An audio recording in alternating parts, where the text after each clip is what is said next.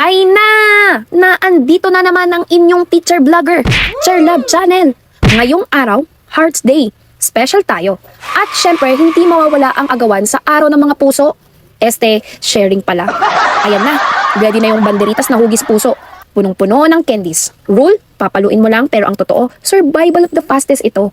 At syempre, bilang competitive na teacher, nasa gitna ako, hindi para magturo, kundi para mang-agaw ng candy. Nung pumotok na, hindi ko na maalala kung teacher pa ba ako o estudyante. Basta ang alam ko, may nahawakan ako kahit hindi ako sigurado kung candy o kamay ng iba. Next activity, hanapan ng match gamit ang pusong papel. Hati-hati yan, iba-iba ang hugis. May curved, may sharp, parang relationships lang. Minsan smooth, minsan masakit. Kailangan mo hanapin yung katugma mo, yung perfectly na mag-fit.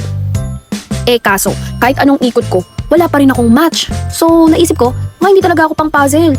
Baka pang hole na agad. Ano daw? Or baka hindi pa siya dumadating. Late lang, parang sweldo. Hehehe. After ng konting sakit, saya, Zumba time na. Outfit check, pink and blue, or blue and pink, or violet and blue, or violet and pink. Ewan, basta ang mahalaga, coordinated tayo kahit hindi coordinated ang steps. At eto na, sumasayaw na ako with confidence kahit hindi sure kung tama ba yung ginagawa ko. Yung galaw ko, hindi man pang competition pero pang content definitely. Sabi nga nila, hindi kailangan magaling, basta mukhang masaya. At ako, mukha lang pero totoo talaga. At syempre, walang event na kumpleto kung walang kainan. May snacks, may cookies, may kape, may tsaa, swak sa umaga. At higit sa lahat, may sharing. Hindi lang pagkain ang ibinabahagi kundi saya, tawanan at sandaling pahinga mula sa stress ng school life. Ganito ang Hearts Day namin. Hindi man perfect pero puno-puno ng puso.